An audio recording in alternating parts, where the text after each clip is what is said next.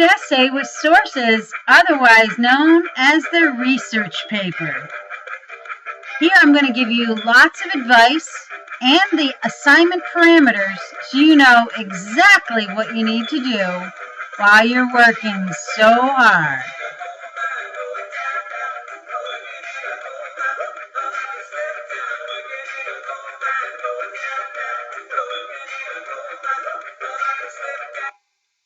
Okay, so we're going to start December 2nd, and we're going to end this thing December 23rd.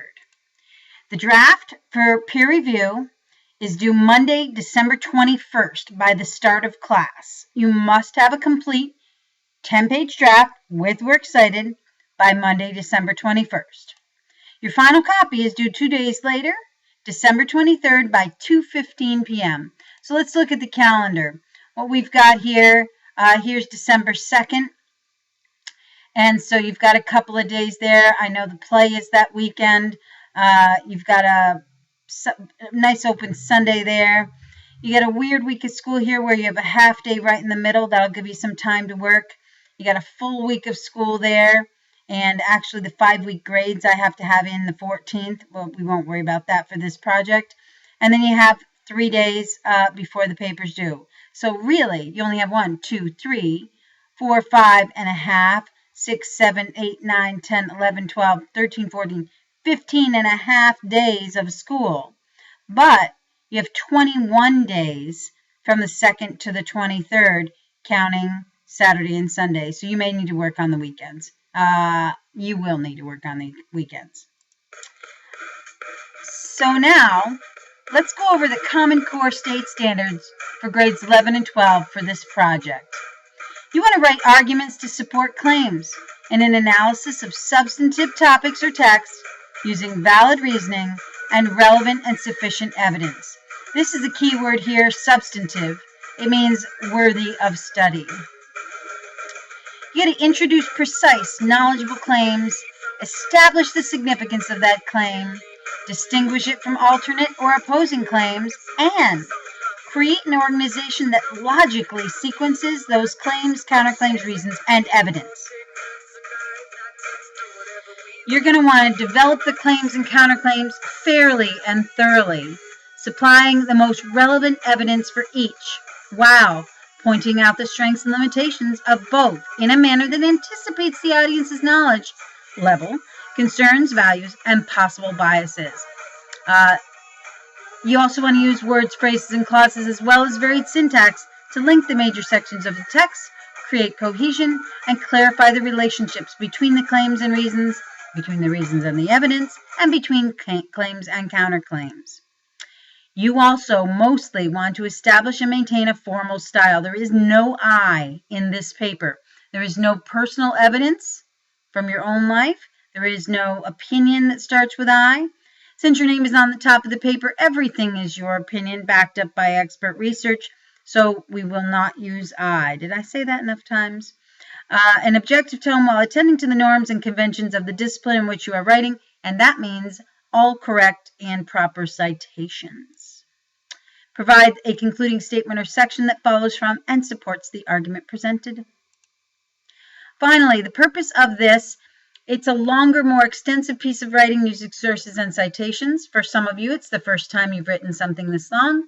The purpose of this assignment is to provide you, the high school students, with experience of writing a longer paper and to explore areas of thought and content that are useful and or interesting in an academic setting. This paper, the audience for this paper should be written for the skeptic, the reader who initially does not believe your thesis to be true. That will help you out a lot. So you're going to choose a topic from idebate.org and write a logical, persuasive, research-based argument. Make sure you follow these guidelines closely and be sure to cite all information with in-text MLA format. So the database looks like this. It's got all these topics.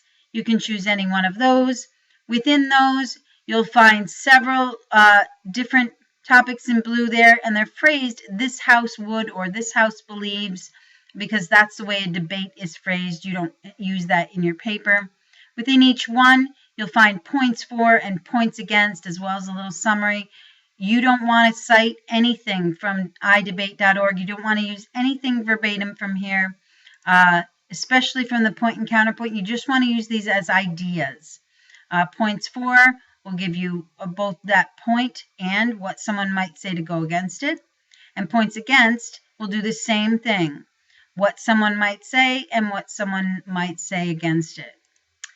Also, you might see the graph, which has voting results before a debate on this topic and after a debate, what people said, as well as the most valuable part of this site, the bibliography. You can use these sources in your own research as well as ones that you find on your own. All right, so you're going to browse those hundreds of topics listed in the database. The topic of this paper must come from that site, and it could be the point or the counterpoint, but it needs to be something that is directly taken from that site. The reason for that is twofold. One, we know these topics are worthy of study, most of them. You still need to have it approved by me. But also, because in order to help you, I have to become knowledgeable on your topics, all 54 of them. And the only way I can do that is if I have a very quick way to go to each topic and learn a little bit about it. So we're going to take all of those from iDebate to Database. So the first thing you do after you pick a topic and have it approved is do a quick free write paragraph about how you feel about that topic. Establish your opinion without doing any research. Then read as much as you can about both sides of your topic. Then you're going to research, take notes, and outline your argument. Make sure that at this point you start citing any sources that you use. Use Evernote. Evernote is one of the tools that we're going to use to make this process easier, and you will find that if you use it, you will be glad that you did. It's a great way to organize your notes. Draft your paper. The draft is due Monday the 21st by the start of class. And then we'll all peer review. You're going to love reading 10-page papers like I do. You're going to edit, revise, and proofread your paper in those last couple of days. And then your paper this time goes right to turn it in before 2:15 p.m. Wednesday, December 23rd. No late papers will be accepted. So I don't want you to stress about this. You're not going to create a title page.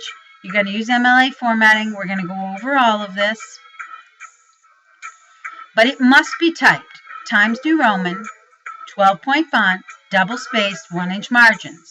Be very careful to make sure you go to the spacing menu and remove space after paragraphs so you know exactly how long your paper is. Your finished paper must meet the length requirements in order to be eligible for grading. If your finished paper does not meet the minimum length requirement, it may not be graded. Don't take that chance, my friends. Students in the past have handed in papers short one line of 10 pages, and they have received a 0 for the paper. When assigning the paper, somebody always asks me, would you really give us a 0 for one line less than 10 pages?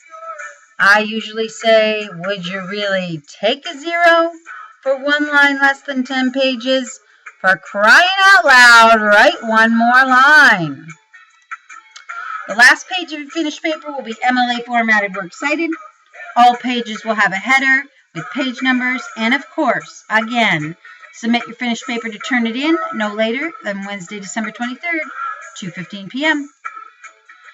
Your paper must be at least 10 full pages, no maximum on that, not including the works cited page. Even if you're taking this course for high school credit only, you must still follow these requirements. Late, incomplete, plagiarized, or incorrectly formatted papers have a chance of not being graded. Please follow the directions closely. This is probably one of the most important things I'm going to say. Loss of network privileges, home internet connection, personal computer or school computer malfunction, none of those are an excuse for late or missing work. Work smart. Save your paper in more than 2 places. Print your paper anytime you like. Use your class time wisely, and that means ask questions while you have me in the room. The final copy of this paper is worth 200 points in your average. Failure to complete this assignment will jeopardize your ability to have a passing average for the quarter and perhaps the semester. This paper is also part of the final portfolio assessment and counts again there. So we're going to go over how this is used to, how this rubric is used to grade. Let me turn down Bob Marley here. He's in my head. I can't concentrate and sing at the same time. All right, so your claim. You want to have a claim, a knowledgeable claim based on information that you've learned in a clear thesis statement, and you want to address all aspects of the prompt. You want to provide sufficient and relevant evidence to support that claim, integrate it with credible sources or text evidence, competently refute any counterclaims, and use specific rhetorical devices, and we're going to talk about that, and that is this column here. Now, as we said before, I'll go back a slide. What you aim for is proficient. If you would like to be advanced, you must try a little harder and make that leap over into advanced on your own. I'll tell you that a lot of these papers, some sections, the way they are as drafts, fall in below basic or basic, so it's very, very important that your draft is due on time, that it comes in on time on the 21st or before that, so you have some feedback. You want to provide, you want to orient the reader to your topic in the introduction, develop the claim with relevant body paragraphs, and it'll be lots and lots and lots of them.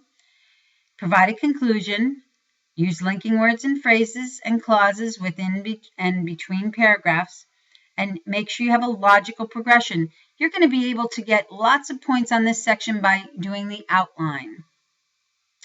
You want to make sure you show that you know what you're talking about, and you use valid reasoning. We're going to talk about some faulty reasoning. You want to use correct and varied sentence structure, errors and conventions to a minimum, competently use all the vocabulary that needs to be used. And of course, always ask questions if you're unsure of what to do. Here's how to get answers from me in order of speed of my response. Raise your hand, call me over, ask me, person to person, like real people do. If that is not convenient because we aren't in the same place, the quickest way to get an answer from me is to use the chat on Remind. And if you are not on Remind, you're going to want to get there one way or another, because I'm going to send out lots of reminders and updates by Remind throughout this project. You can also email me. You can use a Facebook message, and your last resort is a Moodle message, because I will not see those or respond to them in a timely fashion. Okay, so this is what I know. This is what I'm sharing with you. I hope that if you have questions, you'll ask, and good luck. I'll be there with you right till the very end.